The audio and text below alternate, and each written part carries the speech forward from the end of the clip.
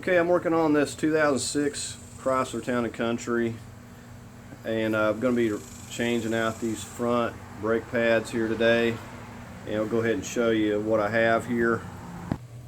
Okay, so this is my kit. You want to make sure to get one that has the hardware, or make sure to get the hardware while you're at the parts store. And it's just little slide plates, but these things get rusty, and you pretty much just they start falling apart. And of course we got our brake pads, and it comes with some grease, but it says it's just for the backing plates, which is on the back of these pads to prevent any noise. Make sure that you do have some sort of grease or anti-seize. I've got, you can use this, it works really well. However, it is really messy, but the main thing is just to have you some sort of grease to put in there so your slide pins are not dry. So we're going to go ahead and get started now. Okay, first thing, you want to get your wheels chocked in the back, and just to show you where I have positioned, it's just right here on this beam of the frame, using a 2x4. Got our jack stand right there in place, and you want to break these loose a little bit before you get it lifted up. You can see I just raised it just enough to get it off the ground. Some of the tools, going to need a C-clamp, some Loctite, a little screwdriver, torque wrench if you have one. I've got a 12 millimeter, and whatever size your lugs are. I know mine are not the OEM, so in this case it's a 19, but I believe they're supposed to be like a 21 or something. May need a syringe, possibly, but if you have, take a little bit out of your brake fluid. So we're just going to go ahead at this point and get started loosening our lugs up. Okay, so we're just going through and loosening these up, and these are 19s in my case. See, I just barely got it off the ground. There's no need to lift it up very high unless you just need it for comfort. So we've got all those loose. Now you'll probably have a wheel cover on yours, so you'll need to either loosen the lugs on it, or it may be one of those that just pops off of there, whichever type you have.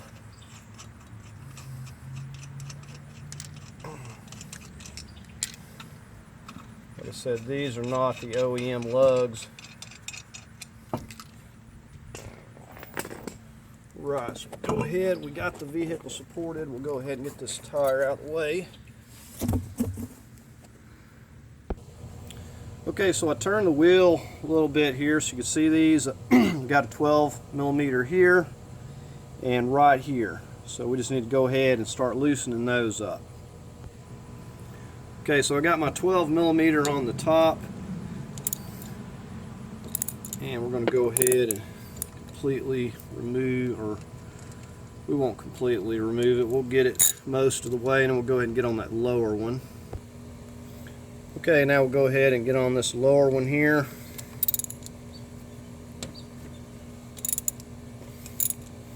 I'm just using a small ratchet. They shouldn't just be terribly tight.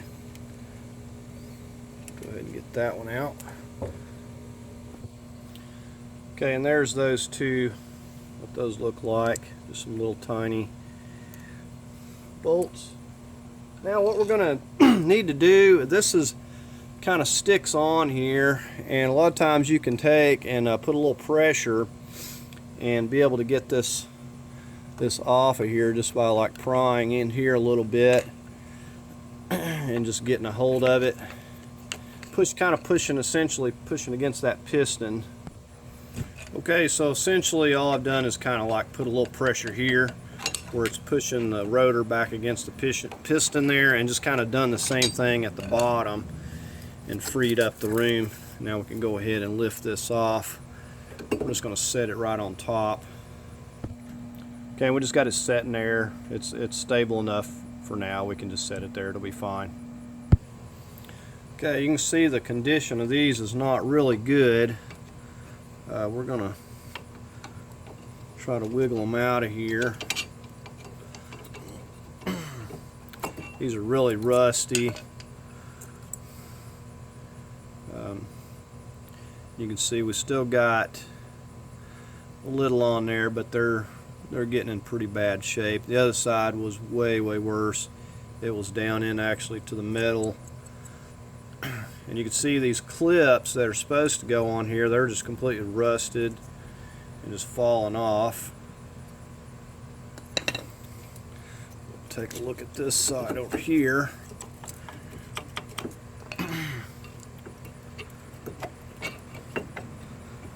So these are really kind of rusted on here, which is pretty typical if it's been up north.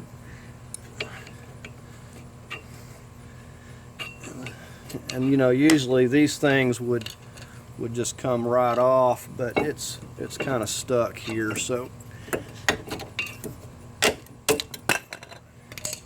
there we are. And this one's in worse condition than the other one. If you can see, there's not a lot left to it.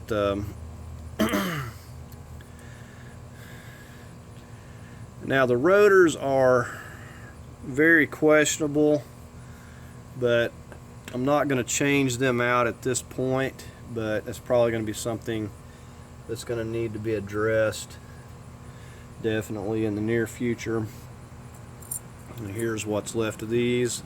You can see the clips are rusted. That's why you need to get the new ones. It's not even holding, and they're just going to fall off as soon as you take the old pads off. Now, surprisingly, these top ones are still holding on a little bit, but you can see the type of rust we got going on there. So we're going to go ahead and dig all those off. So now what we're going to do, we're going to get a little wire brush. You can use some sandpaper, Scotch-Brite, whatever you have. Just clean this area out a little bit. And I'm going to put a light dab of grease in there too, just to kind of stop that rust. And once we do that, we'll address these here. And this one here, I can tell is really stuck. It's not even, this one's not even moving at all. Okay, you can see I cleaned that out a little bit, sanded those, and put a little dab of grease in there just to kind of help keep that from rusting anymore. Now here's our hardware. It's pretty straightforward. I just like to slap. Notice that the small tab is going in side towards the rotor. We don't want this other part going in, because you notice how it sticks out a little farther. So we're going to put it in just like that, snap it down. And that's all there is to that. We'll just do it the same way on the top and the bottom. Okay, and here's our bottom on the other side. Again, we're just going in with that flatter side. I'm going to move that rotor over a little bit out of the way. Snap it down. It should snap down nice and snug. They shouldn't be falling off. Okay, now we're going to go ahead and take the upper end. And if you have to, move that rotor. We want to make sure that it's on there, that it's not going to be falling off. Now we just got to get the one on the other side. Okay, so now we just got to get this one on this side here. We're just going to do it the same way.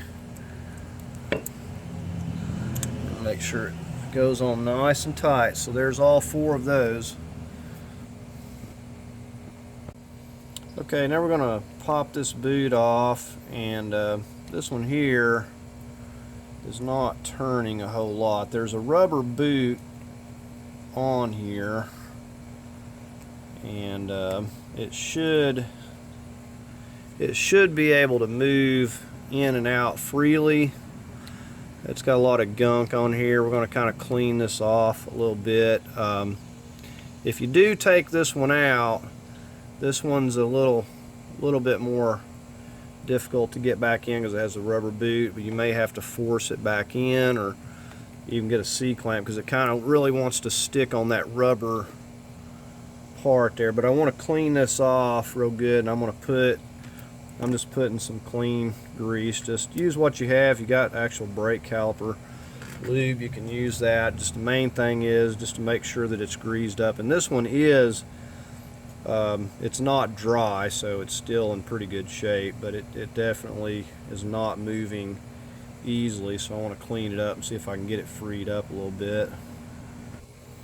Okay, you can see I'm actually using my C-clamp to force this thing back in. It's really stubborn going in, but I did get some grease on it, and I believe that we've got it freed up a lot better. If you can see, and you don't have to just get crazy with the grease. The main thing is to get it where it's got some grease on it and get it freed up. So now it's moving nicely. Okay, now we're on this upper one, and it comes out no problem. It doesn't have the rubber tip like the bottom for whatever reason, so we're just going to clean it off a little bit, and it did have grease on it as well.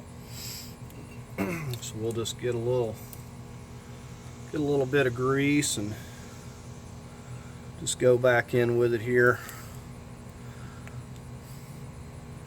Just clean off any excess. You don't want that winding up on your rotor. And this one here was moving fine before. So now that we got those took care of, we've got our hardware into place, we can go ahead and go about putting our pads back on. Okay, so either way you want to do this, I'm putting the one with the little tattletale on there. That squeals when it goes bad. I'm just pushing it up into the top and push that into place. We'll get this rotor straightened up a little bit. Now we'll go ahead and get the rear one on.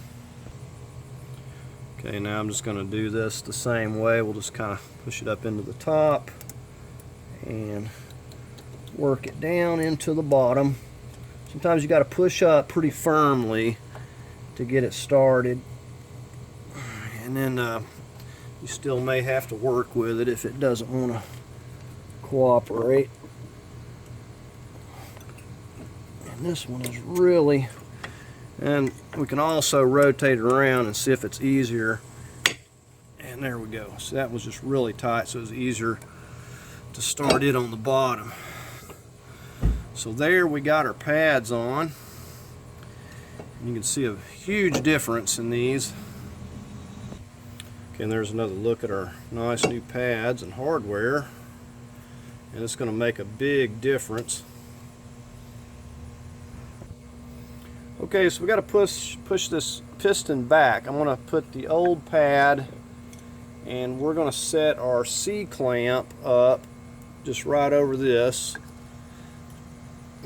and we'll go ahead and snug that down, and we'll push this back.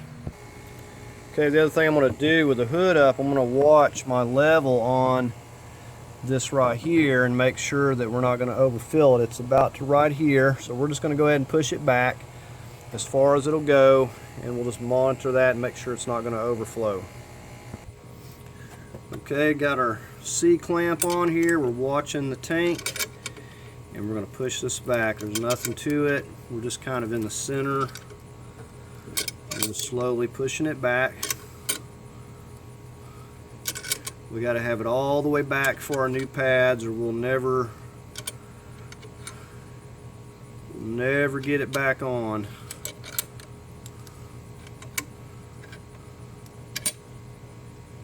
Okay, as you can see, we got it pushed down all the way nice and flat there. So now we're just going to go ahead and slip it back on. Okay, so here we go. go ahead and it should go on no problem. We want to make sure the flat is lining up with the flat on this, and then the same on the bottom. We want to push that in and make sure it's setting on the flat part as we set that down. And so we have the flat sitting up against the flat part on this here. Okay, I just wanted to get in there so I could show you that. And basically when that turns, it kind of hits there as you're tightening it up. It's the same on the bottom. Okay, we have some medium Loctite we're going to put on here, and we're going to go ahead and start it in by hand. We do not want to tighten on this with a ratchet until we've gotten it hand tightened. And we're going to do the same thing on the lower one here. Okay, and if you have trouble lining it up, just wiggle it around until you get it to go. And we're going to go ahead and just snug it down a little bit with our 3/8 ratchet here, if we can get it to cooperate. And then we'll do the same thing on the upper. Okay, we got our foot-pound torque wrench. We're set to 20 foot-pounds. We're going to go ahead and start on the lower till it clicks. Now we'll go ahead and get the upper. Okay, now we're going to go ahead and get the upper here.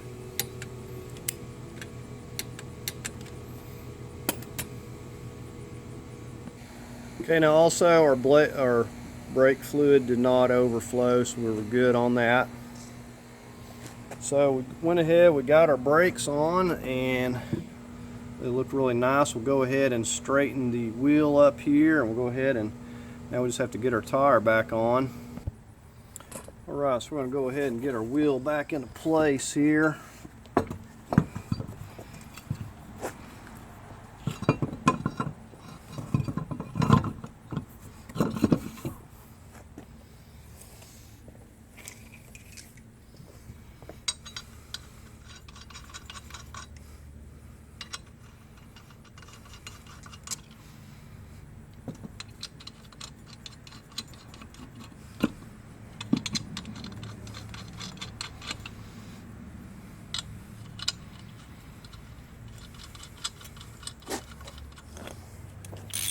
Right, now we're just going to snug these down. When we get it down on to the ground, we'll go ahead and torque them.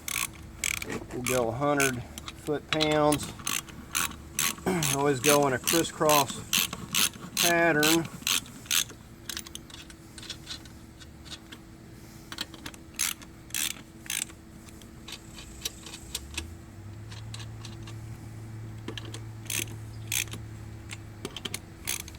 We're just going to snug it down enough.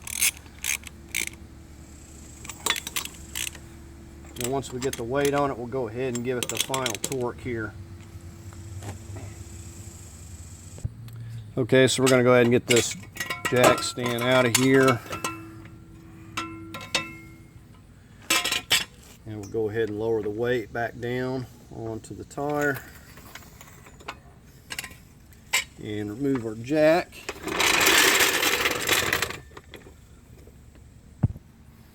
Okay, we got this set to 100.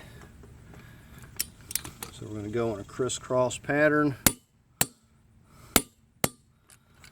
And we'll go down here.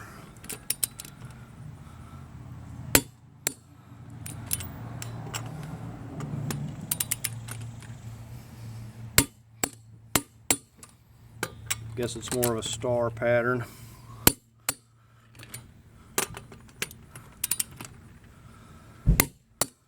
And we'll just double check them.